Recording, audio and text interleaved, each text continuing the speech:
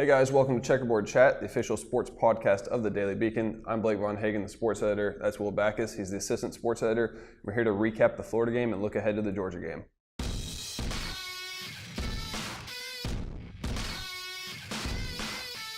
Well, Will, Tennessee coming off that blowout loss to Florida yesterday. What are some takeaways you have from that game? I mean, it's kind of an eye-opening game for Tennessee because I, as well as a lot of other people, thought that Tennessee could win that game because I don't think Florida's that great of a team, and it was at home, so I think that would have given Tennessee the advantage, but instead it was just kind of a comedy of errors for the Vols. Their first 7 drives, 6 of their first 7 ended in a turnover of some way. They had a safety and a loss of downs situation, so those I both think count as turnovers in my book.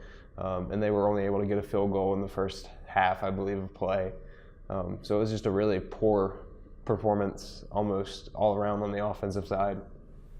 Yeah, it's kind of a deceiving stats to look at for that game because Tennessee was only outgained by 20 yards if you look at the stats. But with all those 6 turnovers, I mean, that kind of changes the stats because Florida was scoring on, I think they scored on, the first play of the drive a couple times. So that's, the defense didn't necessarily play great either. But yeah, Tennessee, I think, has a lot of things to work on moving ahead. Obviously, the offensive line is probably the biggest problem because you can't play a good football game when you don't have a good offensive line.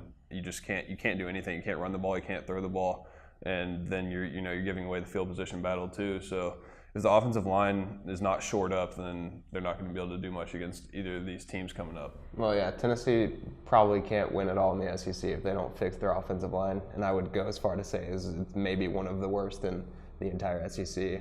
They gave up 9 tackles for loss yesterday for 26 yards, only 1 sack, but if you go back and watch the game, Jarrett Guarantano was hit on a majority of the plays. He went out once with injury early on and came back, and then he got hit in the knee later, and he was out for the rest of the game, causing Keller Chris to come in.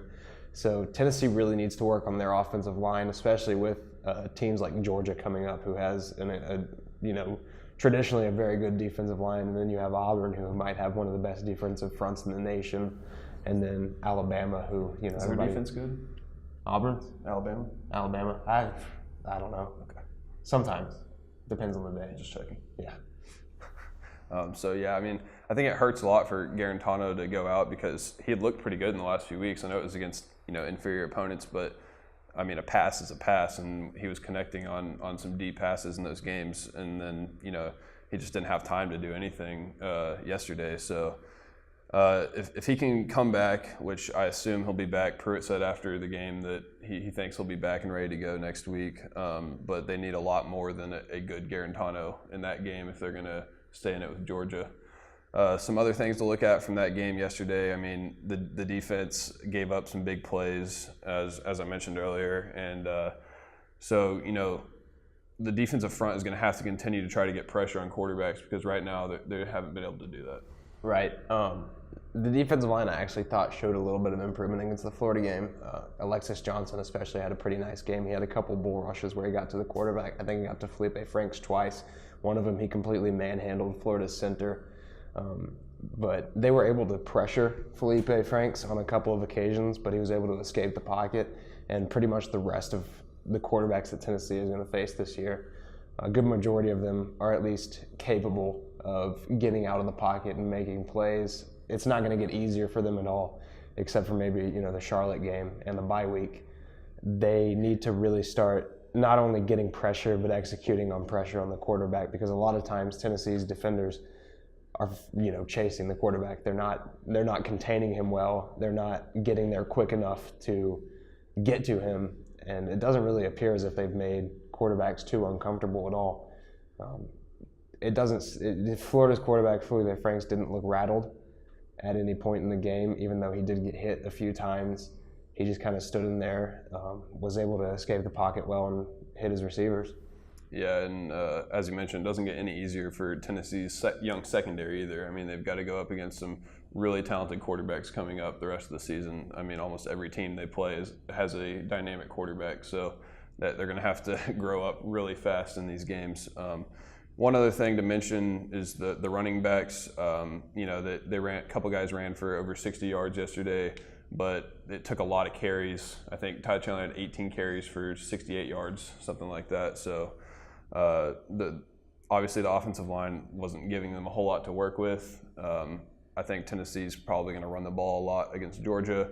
I don't know how effective that will be against the strong defensive front that Georgia has, like you mentioned. But, I mean, there's just a lot of things that Tennessee's offense is going to have to try to work around as far as the offensive line. And Tennessee's wide receivers, I mean, they've shown the ability to make some plays. Marquez Callaway and Juwan Jennings, they need to find a way to get those guys the ball, I think, and maybe some short passes on the outside, set up a few blockers on the outside and try to let them make plays, because we've seen that Juwan Jennings and Callaway and Brandon Johnson, those guys can make plays once they get the ball, but they got to find a way to get them the ball. Mm-hmm. And you mentioned Tennessee's running backs, they only had 2.9 yards per carry against Florida, and they had 156 total rushing yards, which is the same mark that Ty Chandler had a week ago against UTEP. He had 156 yards and a touchdown.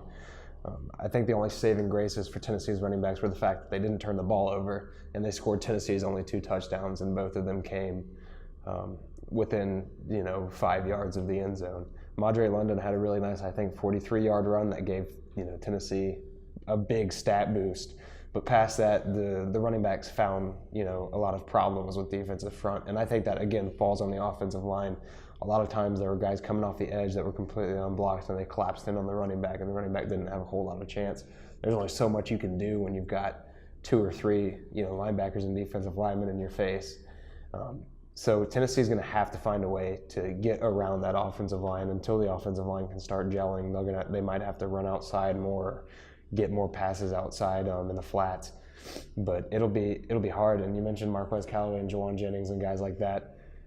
Tennessee has had a decent passing game this season. Garantano has been effective. His numbers don't jump off of the page. He had 494 yards and 2 touchdowns before the Florida game, which isn't earth-shattering, but he was completing 72% of his passes. He was an efficient quarterback, maybe not the most productive, and I think Tennessee had 5 plays of 50-plus yards through the air heading into the Florida game.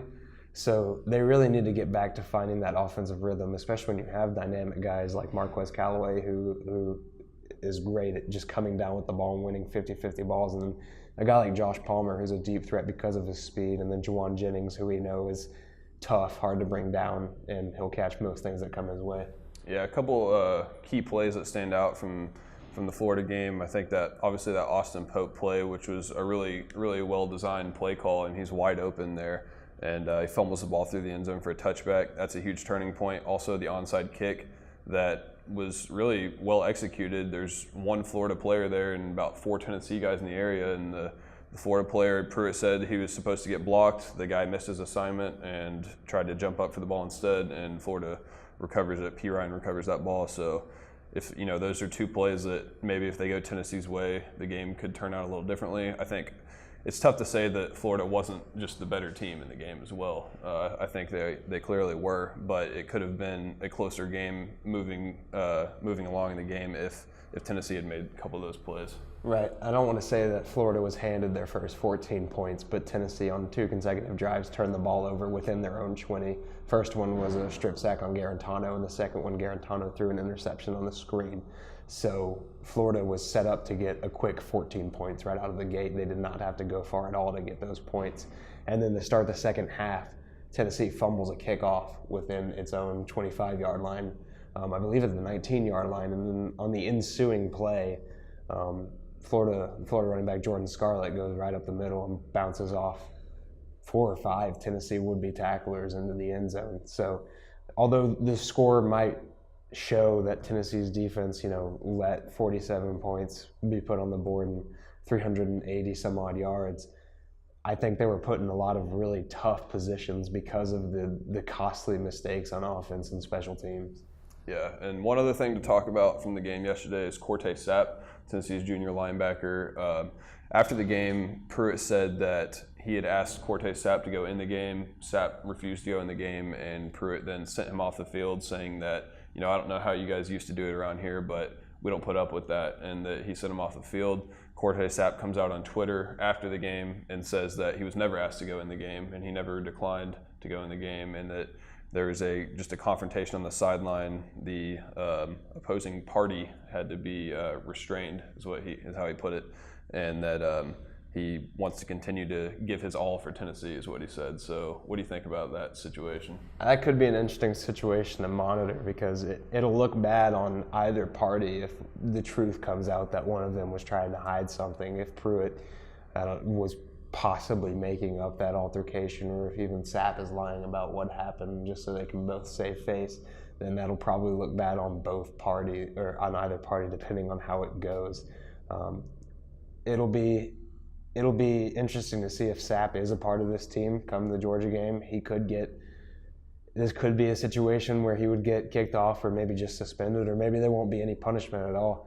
I feel like Pruitt, whenever he speaks to the media tomorrow or Monday at noon, that might shed a bit more light on the situation, and we'll try to keep you guys updated on that. But it's definitely a storyline to watch, and I guess it's just kind of adding to the turmoil that Tennessee football is probably facing right now.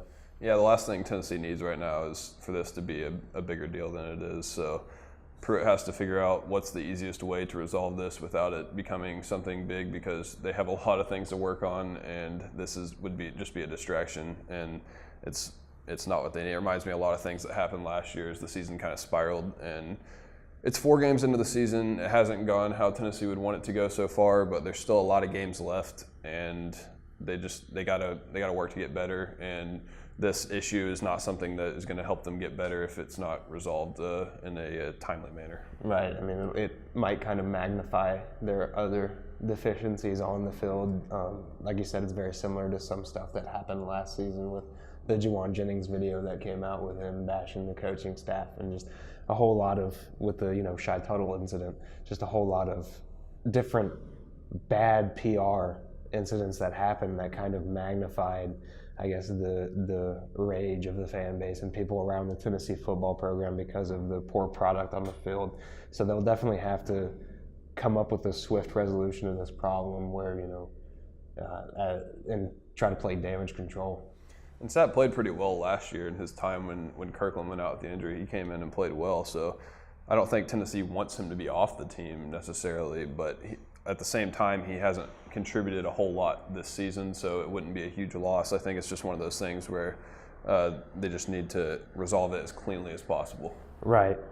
Sapp, like you mentioned, is a good player. He's one of the most efficient tacklers in the SEC last year. I think he was top 2 with Daniel Batuli in terms of not missing tackles. So he's definitely a good player for Tennessee. Like you said, he hasn't played a whole lot this year just because Daniel Batuli and Darren Kirkland have kind of held down the middle.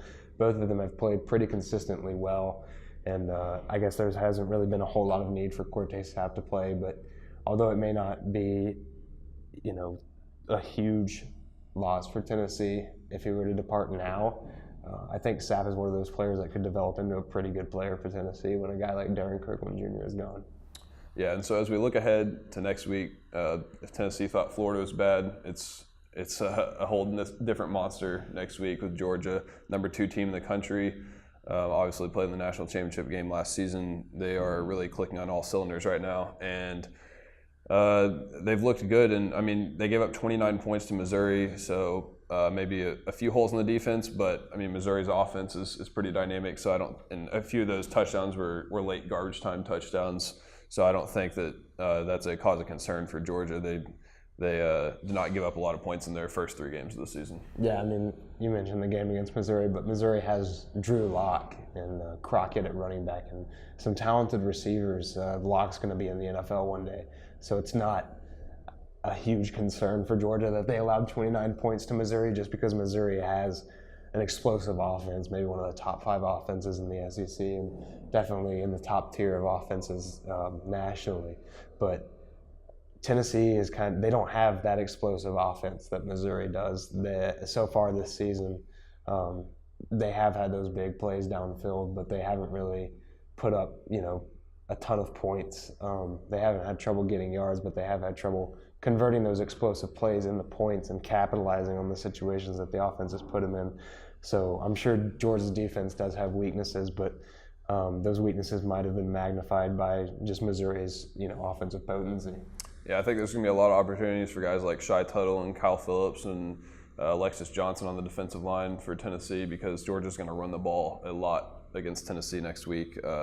They got Elijah Holyfield and DeAndre Swift, two of the best running backs in the SEC, and they even have a third and fourth string guy that is pretty good. So Georgia's going to run the ball a lot. They want to limit, they have a good quarterback in Jake Fromm, but they want to limit what he does if they can because they have such a strong running game. They don't need to throw the ball as much. They limit the amount of turnovers and things like that. Their offensive line is strong. So they'll be running the ball a lot against Tennessee, and it'll be interesting to see what Tennessee's defensive line is able to do. Didn't do too well against Florida. Right. It's kind of the strategy that Georgia had last season. I think Fromm only threw, maybe 11 passes against Tennessee in their 41-0 win in Knoxville last year. They rushed the ball a lot last season. They had Nick Chubb and Sony Michel, two NFL running backs. Michel was a first-round pick. But they're sticking to that strategy because, again, they have Holyfield and Swift, which, again, are two very talented running backs. So Georgia doesn't really necessarily have to air it out against Tennessee. And like you mentioned, against a Tennessee front that's really struggled to get stops this year, maybe with the exception of the Florida game, Georgia will definitely try to run it down Tennessee's throat. And then they do still have Fromm, who can run himself. And then they've got a talented receiving core with Riley Ridley, who's the younger brother of Calvin Ridley, who played for Alabama's in the NFL now. He's had a pretty good season so far. So they're just a really volatile offense, again, that Tennessee might struggle to stop. Yeah, the problem for Tennessee is they're not going to be able to put 7 or 8 guys in the box and just focus on the run game because they will throw it with Fromm to guys like Ridley in the passing game. So it's not going to be one of those situations where you can just focus all your energy on stopping that rushing attack because they're just going to beat you through the air if you do that. And then offensively, Tennessee is going to face a really good defense that Georgia has, so that's going to be something to watch. If Garantano is fully healthy, how much they run the ball, how much they pass the ball. We'll see if they try to come up with any sort of formations to kind of counteract the offensive line struggles. What the offensive line will look like in that game, I don't know if they'll try to switch anything up. But it'll be something to monitor for sure. Well, Tennessee's offensive line has been in flux all season while they try to find a combination that works. And I feel like the Georgia game might be one of those games where you might want to have that combination. Even if it doesn't work, I feel like they should kind of try to roll with the same offensive line the whole game just so there's the hope that that offensive line can build chemistry. But they will really definitely have to try to design plays to stretch Georgia's defense. They're not going to be able to run it between the tackles and find a whole lot of success with the way their offensive line is playing and then with the talented front seven that Georgia is going to field. It's going to be a very tough matchup for Tennessee to face Georgia's, defense, especially, again, with that front seven. And then the secondary as well. They've got Baker, who's one of the best safeties in the SEC. He'll probably be in the NFL one day. Already has, his interception wasn't technically for a touchdown because he dropped the ball, but had an interception that almost went for a touchdown. So even if, Tennessee can't run the ball, they also may not be able to just rely on their passing attack to get the ball moving. Yeah, and as we finish this thing up, we've moved to our weekly prediction segment. And I don't think a whole lot of surprises here. What do you have in mind? I mean, I don't necessarily want to, try to predict the score. If I had to predict a score, it would probably be 42-10. I think Georgia wins by at least 30 points. I just don't see this Tennessee team after suffering such a big loss at home against a Florida team who I still, don't think is incredibly talented, going on the road to Athens and facing the number 2 team in the nation with one of the most talented rosters in the nation. I just can't see Tennessee really hanging on in that game. Yeah, I'll go 49-7, a little worse than what you said. I don't see a way that Tennessee can hang in this game with this Georgia team that has NFL athletes all across the field. Tennessee obviously struggling a little bit under Pruitt in his first season. He's got to have time to get his guys in the program, and right now he's just working with what he has. So I'm going to say Georgia wins pretty big.